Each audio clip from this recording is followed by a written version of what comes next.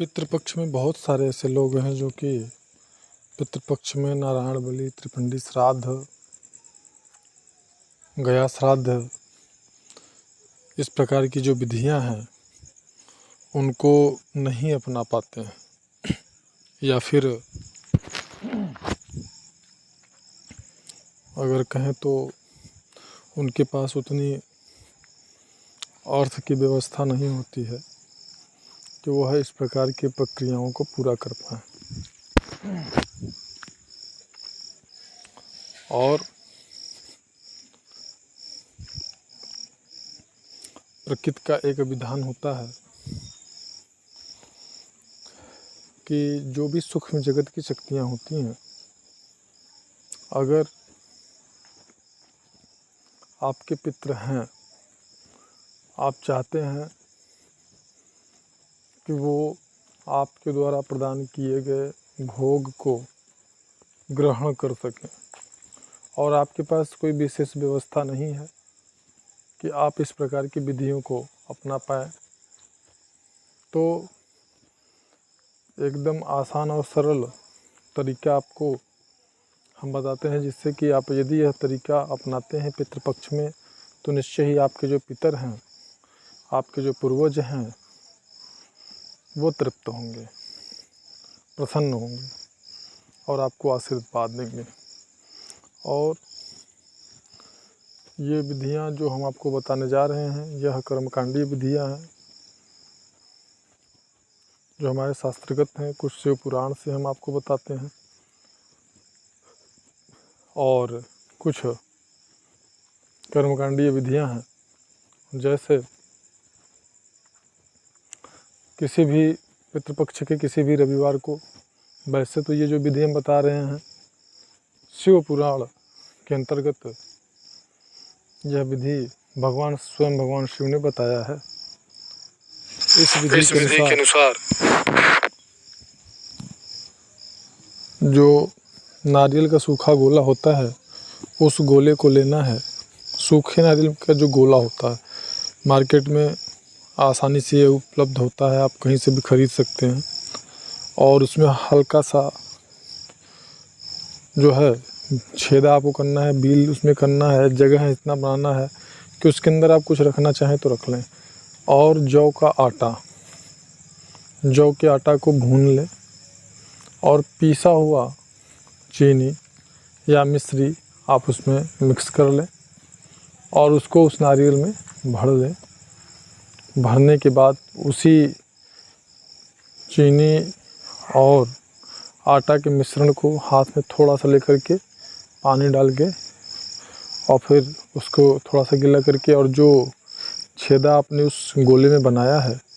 उस छेद को आप बंद कर दीजिए ये आटे से, जो कि आपने हाथ में लेकर के गीला थोड़ा सा किया है। और फिर एक रक्षा लें,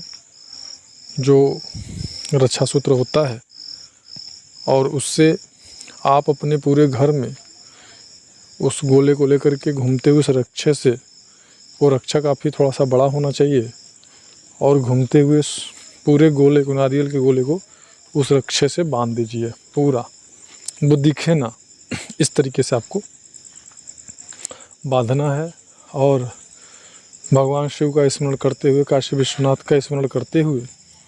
मन में ये भाव लाते हुए कि हमारे जो भी पूर्वज हैं वह सब तृप्त हों, इसके लिए ऐसा मन में भाव लाते हुए पूरे घर में घूम करके और उसे बांधना है आपको रक्षा से, और फिर ले जा कर के किसी भी पीपल के वृक्ष के नीचे आपको उसे दबा देना। इस विधि को सुबह भी कर सकते हैं और शाम को भी कर सकते हैं। पीपल के वृक्ष के नीचे हल्का सा गड्ढा खोद करके वहाँ रख करके उसको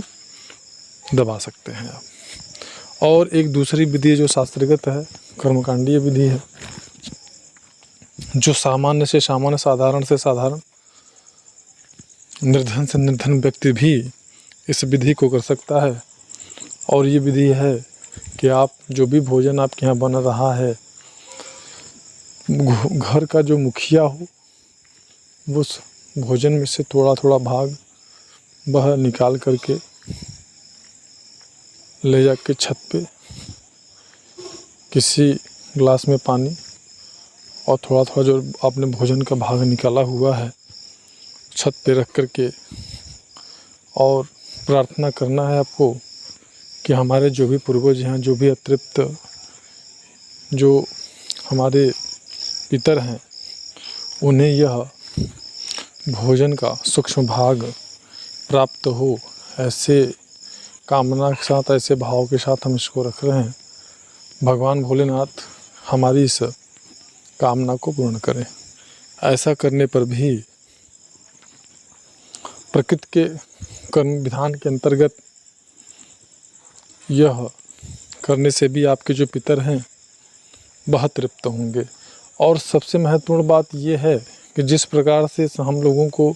यानी स्थूल शरीर को जीवित रखने के लिए, स्वस्थ रखने के लिए हमें भोजन की आवश्यकता होती है, पानी की आवश्यकता होती है,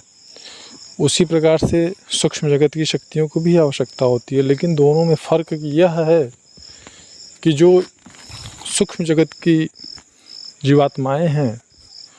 हमको भूख रोज़ लगता है, सुबह शाम भी हम भोजन करते हैं, परंतु इन जो सूक्ष्म जगत की जो ये जीवात्माएं होती हैं, इनको बहुत ही देर में भूख प्यास की अनुभूति होती है, 6 महीने, 1 साल, इस प्रकार से। तो इस तरीके से आप अपने पूर्वजों को तृप्त कर सकते हैं। एकदम आसान विधि है। मिलते हैं नेक्स्ट।